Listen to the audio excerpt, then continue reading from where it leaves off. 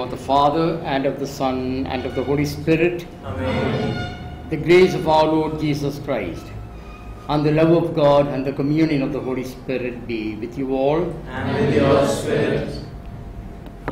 Dear Thomas Paul and my dear friends of Jesus Youth, I am happy to celebrate this Eucharist with you all. I do not belong to this place, though earlier I was here and I used to be associated with the Jesus Youth on many occasions. I remember that. At the moment I am in Jhansi, I am on a transit, so I consider this as a grace to be able to meet a group of people like you all and to celebrate this Eucharist, because I had not celebrated the Eucharist this morning. So Father Shilanand asked me, Father, have you said Mass? I said, not yet.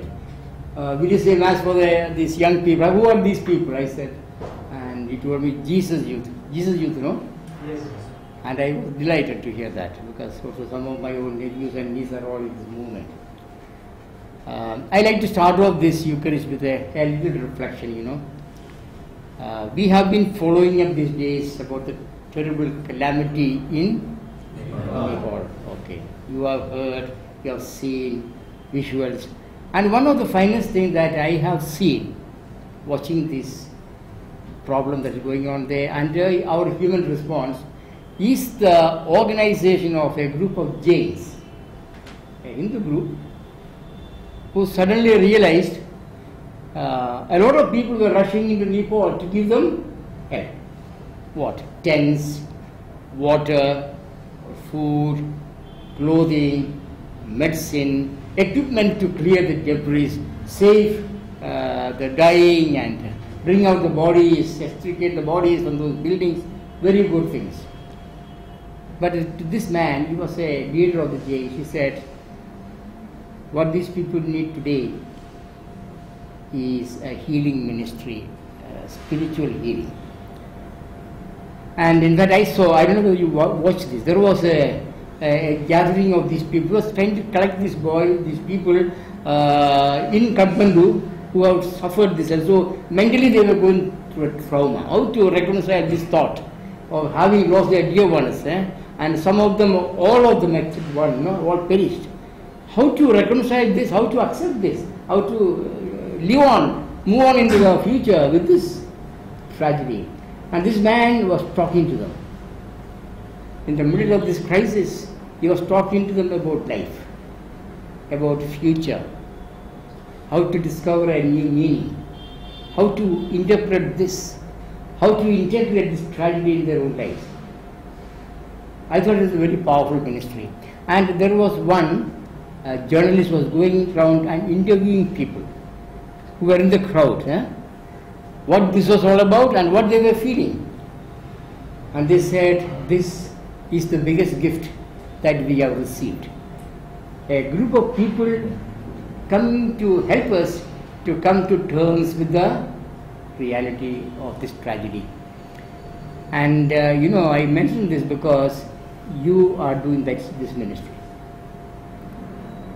This is actually the call that we have received to move around among our people, even in apparently very peaceful situations, but there are people who are hurt, who are suffering, who are wounded, who live with a terrible experience of life, and they are looking for a meaning in life. This is a situation that exists everywhere, and we need to be aware of this. And I am happy that you are here having a program and Thomas Paul guiding you all into this and helping you to move on, to make this a ministry of your own. And especially in this season after Easter, the Acts of the Apostles bring to this thought very powerfully to us. Of those men and women who experienced a life, the life of the risen Lord, who changed the world. They are the ones who change the world. And people who are able to experience this and live it and communicating this will be able to change the world. And I believe that you are all men and women of the Acts of the Apostles that goes on. Acts of the Apostles is not a closed book. Acts of the Apostles is a continuation. It will go on to the end of time. And we are people who belong to this story. This is where we belong. We are not belonging anywhere. We are not just some people come into this world with a short history of our own. No, no. We are contributing towards a history that started with Jesus Christ, taken on by the apostles and disciples, and led on through by saints and martyrs and teachers of the church, and we have been going on. We belong to that group. Yes. Acts chapter 29. Correct. Yeah, and I feel that's why I feel very happy to meet a group like you all here, come to reflect on this. There will not be any ministry in your life more powerful than this. I have met here in this house men and women who have given up big jobs. Nurses who have given up a job, 50,000 rupees in AIMS, given it up to join the Jesus Youth Movement. I don't know where they are today, but I am sure they will be tremendously happy with what they have done, made a choice. And so it's not only priests and religious who make this choice, all of us today make this choice. And some lay people who have done this have done a spectacular job. And I know Thomas Paul, I only heard about him. I'm happy to meet him today in this particular program. And you all will be men and women of this category. Men and women who belong to the Acts of the Apostles. And so with that thought, we enter into this Eucharist, thanking the Lord for the gift of our life, for the gift of our vocation. There are some special intentions today for this Mass. Mass intention, intercession, growth, retreat, the Thomas Paul and the participants. It's for you all. I'll offer the Mass for this particular intention. Okay? Let us now enter into this Eucharist, thanking God for all the blessings that we have received from God, and particularly the vocation that we have received to belong to this group, the special call that we have received. And let us come to surrender ourselves to the Lord, asking Him to give us the gift of the Spirit, to be able to understand what He's telling us, not only today in these days and in the days to come, about what we got to be in our life and how we need to belong to Jesus and move on with Jesus. And as we celebrate this Eucharist, the first place we ask the Lord forgiving us for all our sins, the sins of the past, our imperfections, our failures, that cleansed of all this, we may be able to celebrate this Eucharist and listen to God's word with a pure mind and heart.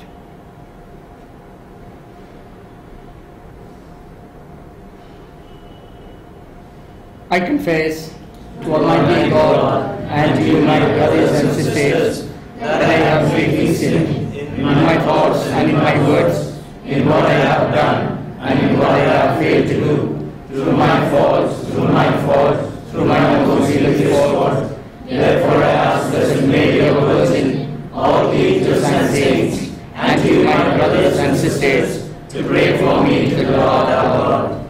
May Almighty God have mercy on us, forgive us our sins, and bring us to everlasting life. Amen.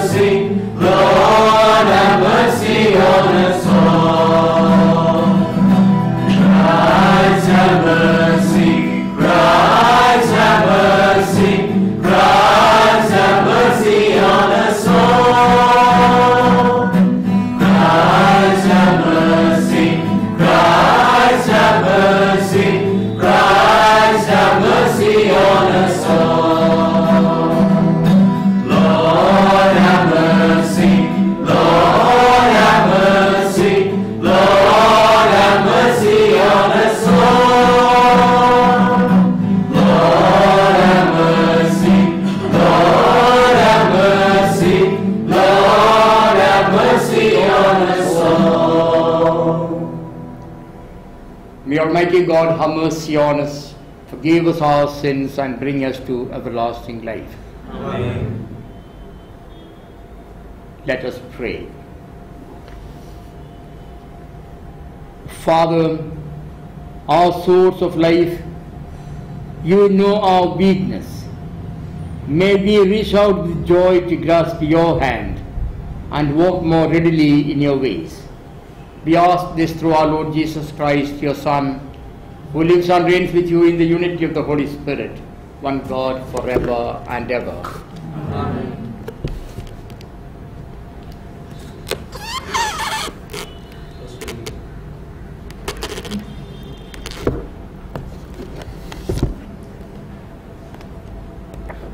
First reading, the reading from the book of Acts.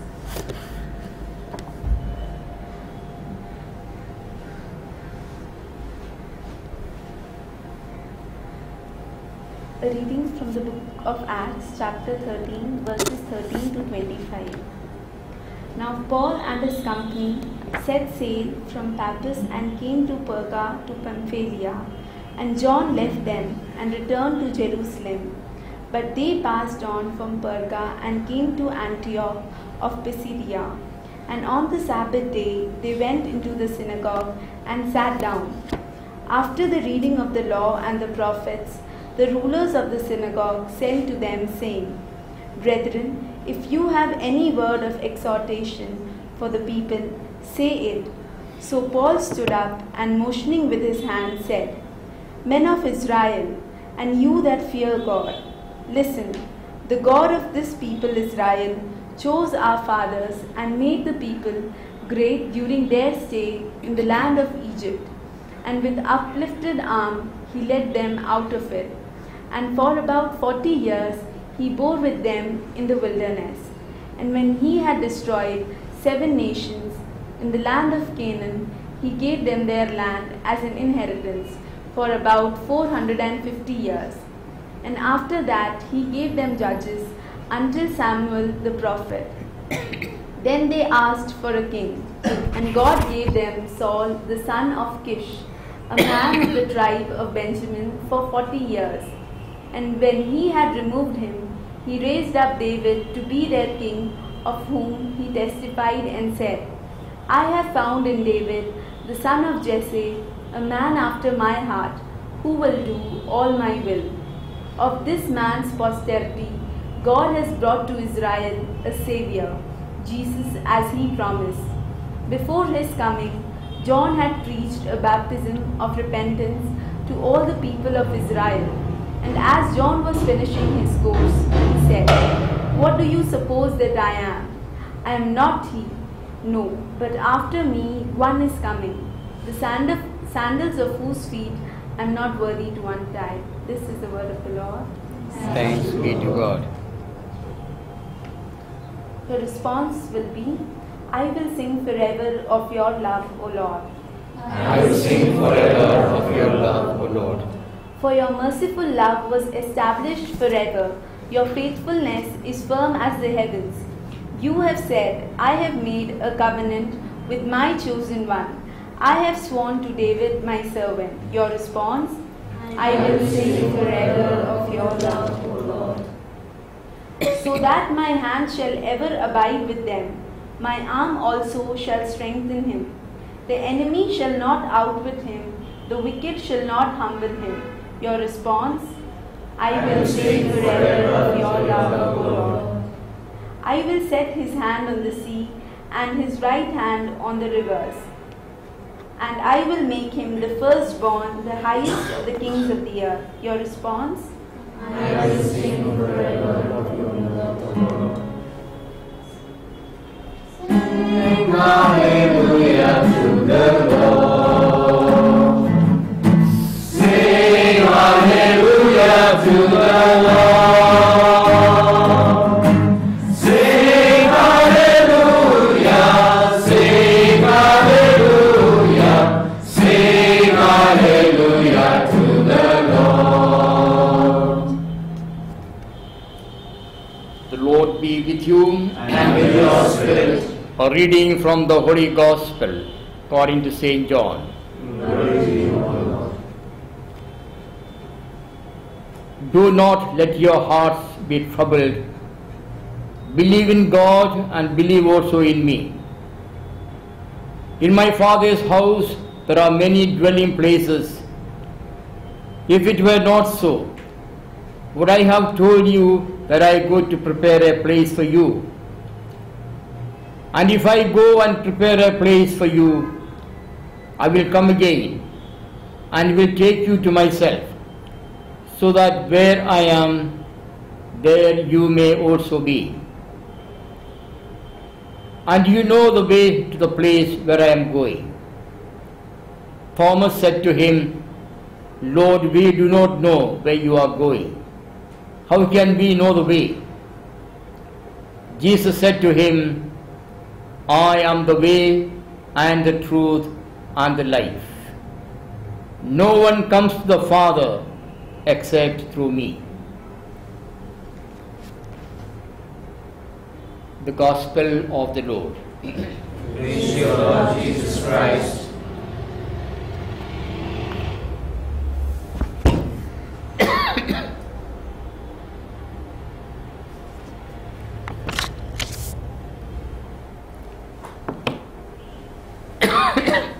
During these days of the post-Easter season, we have wonderful reflections about our life.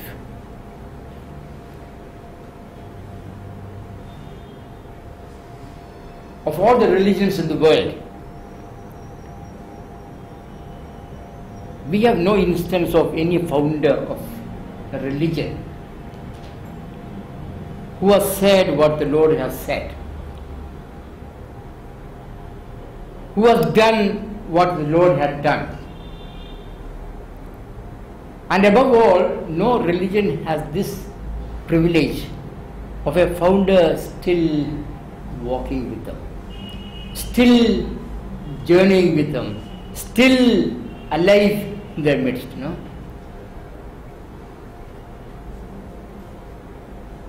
So these words coming from the Lord today through the Gospel of St. John, I am the way, makes so much sense to us. This is an Easter experience that we have. What? That we are walking the way of Jesus. And people who do not experience that, people who do not feel that, they are not living the post-resurrection experience. Our life is meant to be this. And because we are convinced of this, we also believe that we must get as many as possible to walk this way. That's why missionary life is part of Christianity. Missionary life is part of Christianity.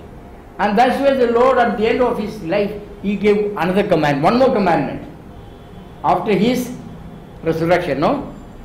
You remember that commandment? Pardon? Go out. Go and tell them. Go and announce the good news. Go and tell them what you have heard, what you have seen, what you have experienced. Go out. See, the message of Easter is go out. And with that word of Jesus, the church went out. And it is moving on still that way. The day the church stops doing this, it ceases to be the church, because Jesus has given to it a movement, no? Jesus has put the church on 4 wheels. This is what has happened. Jesus has put the church, the Christian community, on 4 wheels. They are not supposed to be stationary anymore. They are not supposed to sit and be there and be happy and enjoy life. That is no more the story of this community, this movement.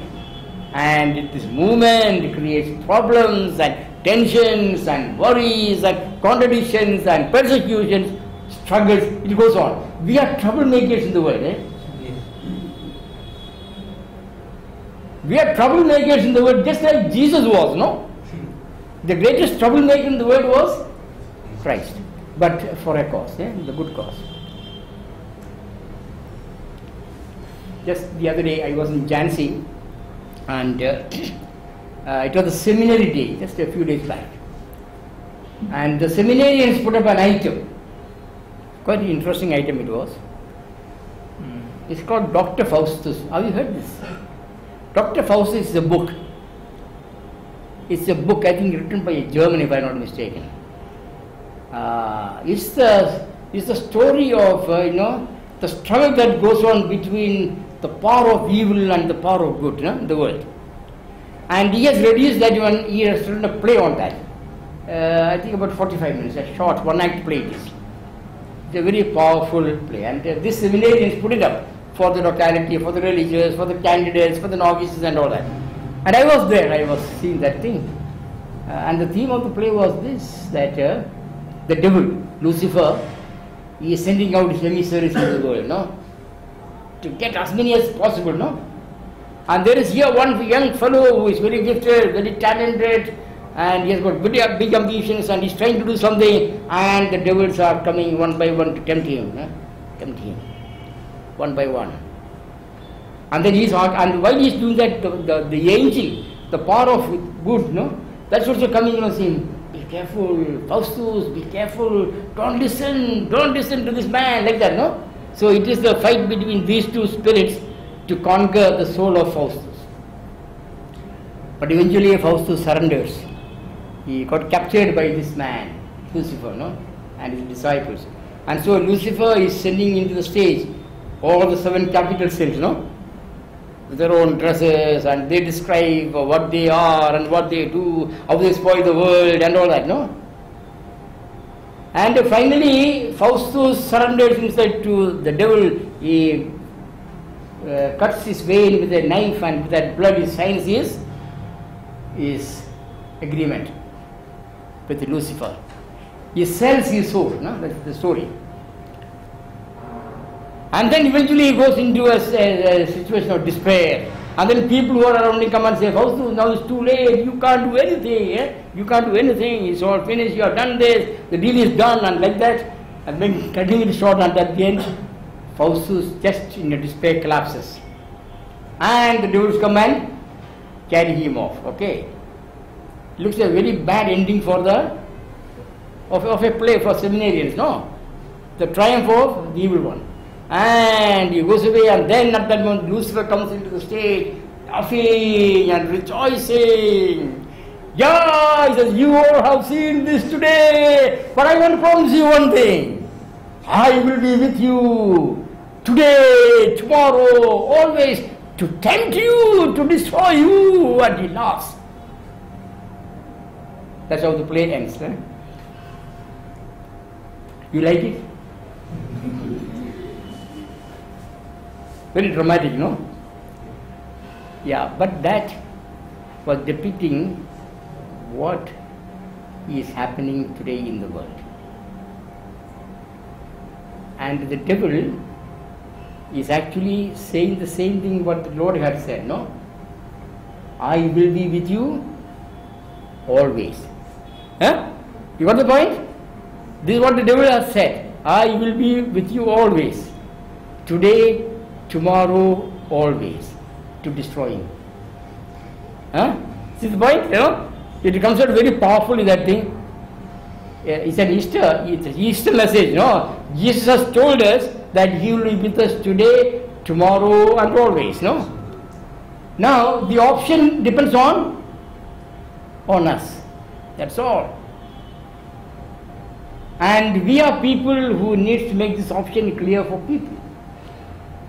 And so, what goes on today is the Acts of the Apostles, a battlefield. What these apostles have done is what we need to continue. But notice one thing, these apostles, we know who they were before the passion and death of Christ, Fickle people, weak people, uncertain, unsettled, selfish, self-centered, greedy, power, all the evils that we have, what they had, all of them. But after the resurrection, they were touched. They were healed by the power of Christ and by the presence of the Holy Spirit, and they became totally a different race. Totally a different type of people they became. And they became the copies, the duplicates of Jesus himself. This is the story. And Jesus, you young men and women, this is what we are. This is what we are and what we got to be. And I'm very happy to see a group of young people like you are at this age thinking about it seriously. There is no career better than this in life. to carry on this struggle of Jesus today in the world, to capture the souls of people. But to do this, in the first place, we must be people who have surrendered our life to Christ. It's only those who have surrendered their lives to Christ who can do this, who can fight for Him. If this is not there, we will not have the passion, we will not have the conviction, we will not have the certainty, we will not have the dynamism, we will not have the energy, and we will fall on the way if we don't have this. So this passion for Christ is something that we've got to build up in our own personal lives and go on. And how do we do this? We do this through an intense experience of prayer at the feet of the Master. At the feet of the Master. And even our own modern saint, Mother Teresa of Calcutta, has only this as her strength. When people used to ask her what was the strength of her life, to do all this, even at that old age, she simply said, is prayer. Is prayer. If you go to Calcutta today, to Law Circle Road, the house of Mother Teresa, as you enter that chapel, have you gone there? Yes. You have gone, no? As you enter, you find on the left hand side, Mother is sitting there, no? Have you noticed that? There's a statue there of Mother Teresa sitting like this and praying. That was a gesture that was captured by a Spanish artist who came to Calcutta, and he simply saw in that image the image of Mother Teresa. And this is actually what the world at the end of her life always seen there. This is the strength of Mother Teresa, a woman that prays. If we develop that art, then we have developed this art of communication with Christ. Then we have Christ, then we have the passion for Christ, then we have the passion to proclaim the good news. This is how it starts. And this is the grace, my dear young people. I wish you all at this Eucharist, and I pray for this grace for you all, that God may really take hold of you, possess you completely, and turn you into gigantic missionaries. And you all as lay people, you can be better missionaries than we as and priests and religious. Because when we go around and proclaim, they'll say, oh, naturally you have to say this because you are a priest. This is your job, Whereas when you say this, they will not say that this is your job. You are a technician, you are a computer person, you are in the media, you are a journalist, whatever you are, no?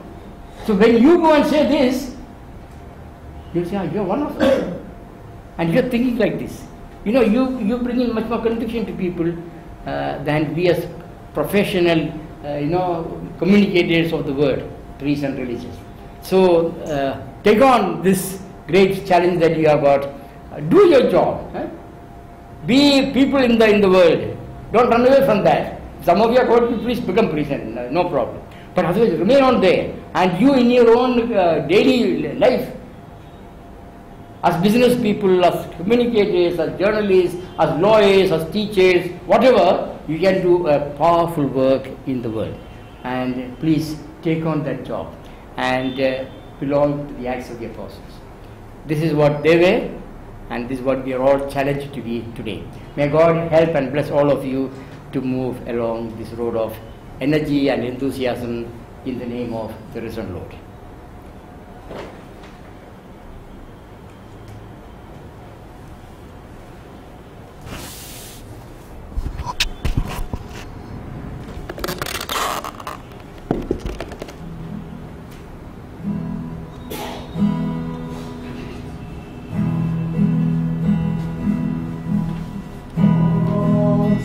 Jesus, I surrender.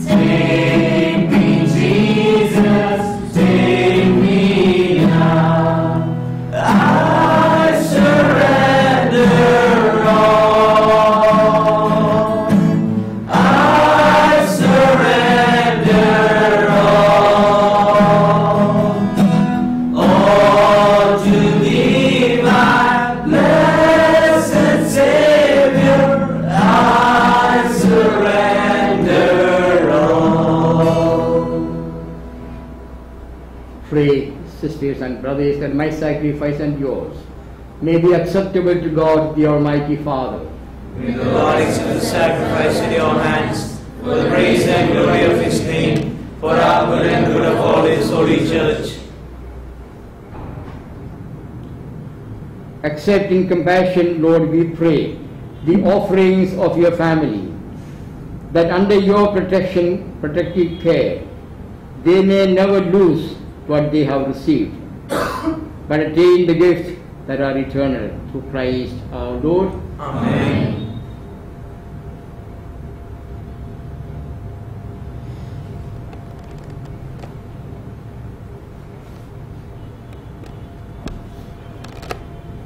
The Lord be with you. And with your spirit, Lift up your hearts. we lift them up to the Lord. Let us give thanks to the Lord our God. It is right and just. It is truly right and just, our duty and our salvation, always and everywhere to give you thanks, Lord, Holy Father, Almighty and eternal God. For you are praised in the company of your saints.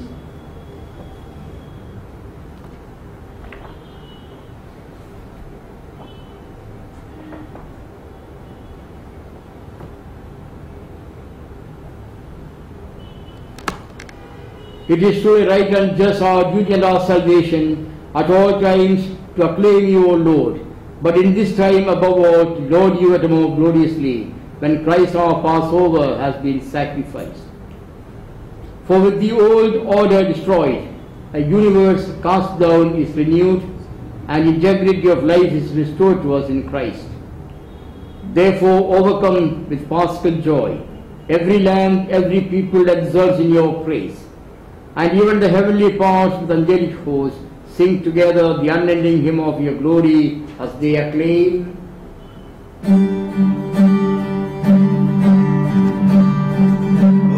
Hosanna, Hosanna, Hosanna in the highest. Hosanna, Hosanna, Hosanna in the highest. Lord, we lift up your name, Lord, we lift up your name, with our hearts filled with praise, our hearts filled with praise. Be exalted, the Lord our God. Hosanna in the highest. Worthy, worthy, worthy is the Lamb of God. Worthy, worthy, worthy is the Lamb of God. Lord, we lift up your name, Lord, we lift up your name, with our hearts filled with praise, our hearts filled with praise. Be exalted, the Lord our God. Worthy is the Lamb of God. Jesus, Jesus, Jesus is the King of Kings. Jesus, Jesus, Jesus is the King of Kings. Lord, we lift up your name, Lord, we lift up your name, with our hearts filled with praise, our hearts filled with praise. Be exalted, the Lord our God. Jesus is the King of Kings. Worthy is the Lamb of God. Hosanna in the highest. You are indeed holy, O Lord, the fount of all holiness. Make holy, therefore, these gifts, we pray, by sending down your Spirit upon them like the dewfall, so that they may become for us the body and blood of our Lord Jesus Christ.